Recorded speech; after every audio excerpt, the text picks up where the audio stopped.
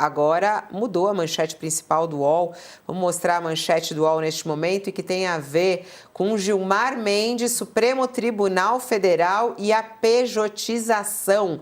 Gilmar paralisa todos os processos na Justiça sobre pejotização. As ações devem ficar paradas até que o Supremo Tribunal Federal discuta a ação com repercussão geral. Esse é sempre um assunto que causa bastante debate no meio jurídico também. O ministro Gilmar Mendes do Supremo Tribunal Federal decidiu hoje suspender todos os processos na Justiça sobre a licitude da pejotização, que é o mecanismo usado pelas empresas para contratar funcionários como pessoa jurídica sem ter que arcar com os encargos trabalhistas.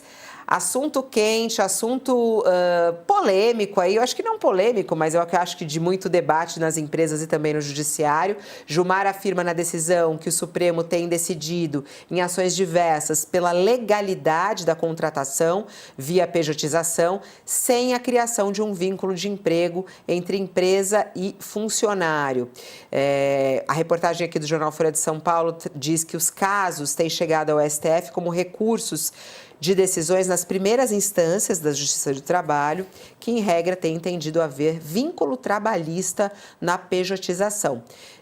E aí, diz aqui Gilmar Mendes na sua decisão: parcela significativa das reclamações em tramitação nesta Corte foram ajuizadas contra decisões da Justiça do Trabalho, que em maior ou menor grau restringiam a liberdade de organização produtiva.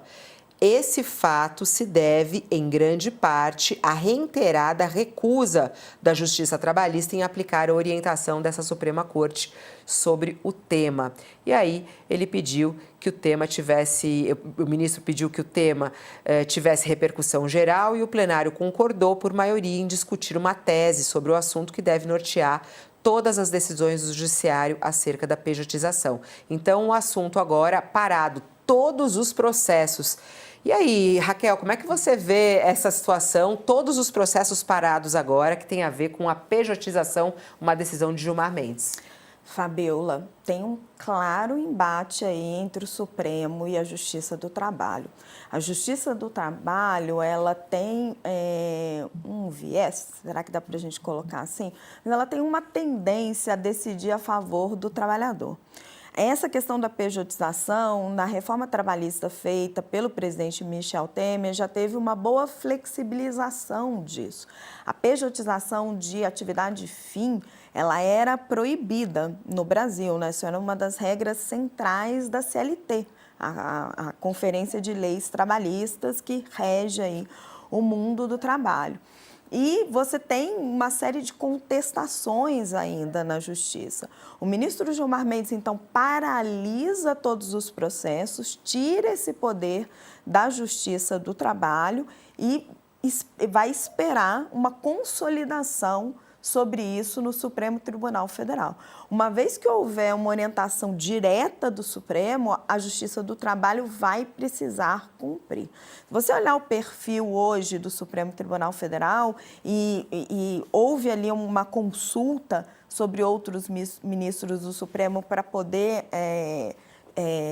o ministro Gilmar poder tomar essa decisão, apenas o ministro Edson Fachin se manifestou dizendo que isso era um tema específico da Justiça do Trabalho e que deveria ser deixado para a Justiça do Trabalho.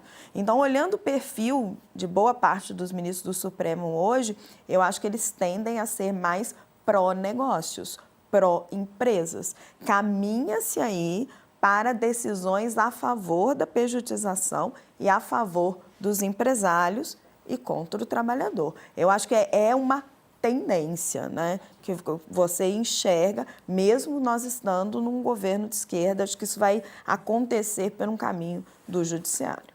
Qual é o melhor caminho, Josias? Como é que você analisa essa decisão de Gilmar Mendes? A decisão ela é correta no sentido de que visa chegar a um ponto de equilíbrio. Está acontecendo hoje, é um manicômio judicial.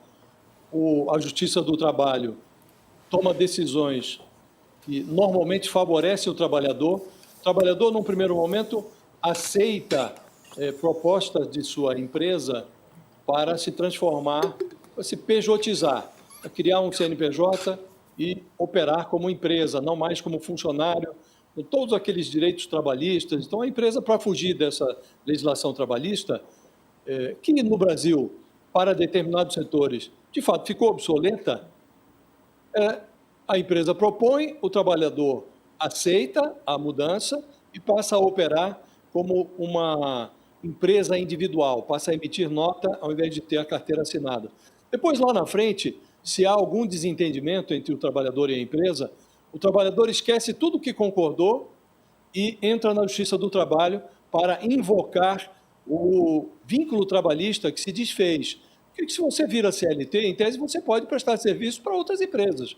Você atingiu um determinado nível de qualificação num determinado setor, você vai trabalhar para aquela empresa, trabalhar para outra, você passa a ter uma liberdade maior que a pessoa registrada em CLT não teria. E aí você esquece que concordou com os termos do entendimento e entra na Justiça do Trabalho, invoca o vínculo trabalhista e a Justiça do Trabalho vinha dando ganho de causa a esses funcionários arrependidos, neoempresários arrependidos. E o Supremo vinha desfazendo as decisões da Justiça Trabalhista. Então, para interromper o manicômio, faz bem o Gilmar Mendes em suspender as decisões judiciais, dar a este debate um caráter de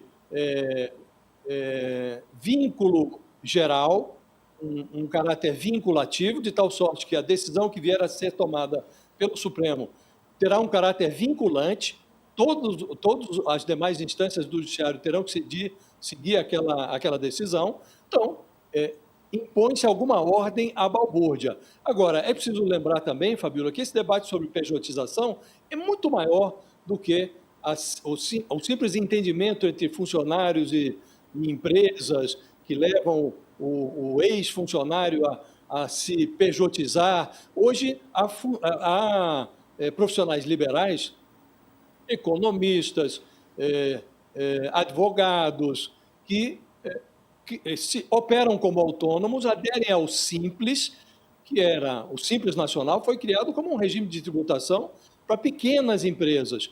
E tem gente faturando mais de 10 milhões de reais no país e se fingindo de pequeno empresário, empresário de pequeno porte, para se beneficiar das vantagens oferecidas pelo Simples Nacional. Então, é uma discussão que não é simples, embora envolva o simples, e é maior do que a simples relação entre funcionário e empresa, e tem um debate aí muito maior, que como é um daqueles debates, Fabiola, esse simples está inserido naquele gasto tributário que o governo se esquiva de enfrentar. O Congresso ouve as vozes desse lobby poderoso de quem está se beneficiando das brechas tributárias e fiscais no Brasil, e ninguém enfrenta. Então, não é um debate simples, é muito maior do que pressupõe a decisão do Gilmar Mendes, mas nós vamos discutir só essa relação mais modesta entre o funcionário que deixou de ser empregado, virou um falso empresário para fugir aos benefícios fiscais, benefícios sociais que a empresa tinha que pagar. Então, o debate é muito maior e não envolve essa decisão do Gilmar. Infelizmente, seria bom que o Brasil enfrentasse as suas pendências de frente, encarasse os seus problemas de frente, e não assim de forma escamoteada.